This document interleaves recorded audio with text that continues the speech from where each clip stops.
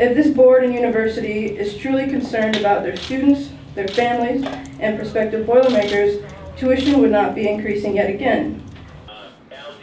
On Friday, Purdue's Board of Trustees voted unanimously to approve a 3.5% tuition increase and a $91 fitness fee for all students. Only 5 students were in attendance at the meeting, which included Keith Hansen, the student commissioner on the Indiana Commission for Higher Education. Jason Dudich, a commissioner, also represented the commission and expressed its approval of the increase. In terms of Purdue's tuition recommendation that is being made today, the commission is in support of that. That was within the guidance and the guidelines that we set earlier this month with the condition of the 1% for the COREC facility, the COREC facility, and that fee that would be used for paying for that facility and the renovation. So we support where Purdue is in their tuition and fee recommendations for resident and non-resident students. The vote itself was quickly taken care of and met no opposing arguments. Tyler Teckel, the student trustee, was not in attendance but voiced his approval via a conference call from China. So, could I have that motion, please? I'll make a motion. Okay. Janice, I'll let you decide who made that motion. I heard Maiden, so. Okay, and could I have a second? Second. Second, this is Don. Okay, thanks, Don. Is there any further discussion?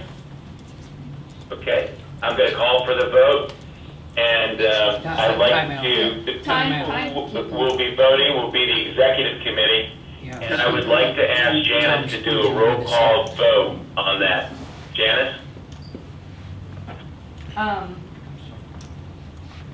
Joanne Burnett? Here.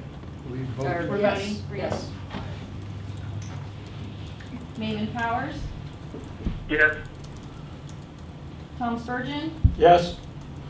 Keith Cronk? Yes. Okay, motion carries unanimously. After the meeting, students reacted to the news of added costs to an already expensive collegiate education. It's important to remember that student tuition and fees is really only one of the factors when you look at the components of how much it costs a student at Purdue to get a degree and to get their education. There's so many other areas when you look at housing and dining that also play a large role in what student costs are. So hopefully this budget that they talked about has included an expansion of scholarship programs for students, hopefully to kind of offset and mitigate the other increases that students are looking at. And also Purdue student government is looking to find kind of creative ways that we can help curb back student costs. I still probably have 2 more years, so I'm sure by my 5th year it'll increase again. And again, I don't like that because, like she said, it keeps increasing, and the job market as it is sucks, so education's getting more and more expensive, but yet the outcome is still the same. Spending $1 bajillion on new Purdue Petes. And I feel like that could be scholarship or tuition money for people in need. I think it's unfortunate for students who have trouble affording college.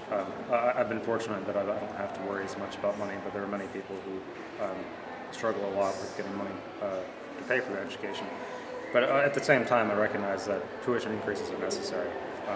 As cost of education goes up, the cost of living for professors goes up, the infrastructure goes up. There's all these factors that need to be looked at. But I think the state needs to come in and just see, to make sure that this is legitimate, to make sure that these raises are actually necessary. Laura Blackburn was one of few students who attended the meeting and registered for time to address the board. A student from Purdue's Calumet campus had also registered, but he did not show up. With that extra money, I think students really want to see more scholarships, and Tyler alluded to that as well. I'd really like to see parking increase. Parking is a big issue for a lot of students, not even just students on campus, but students that commute.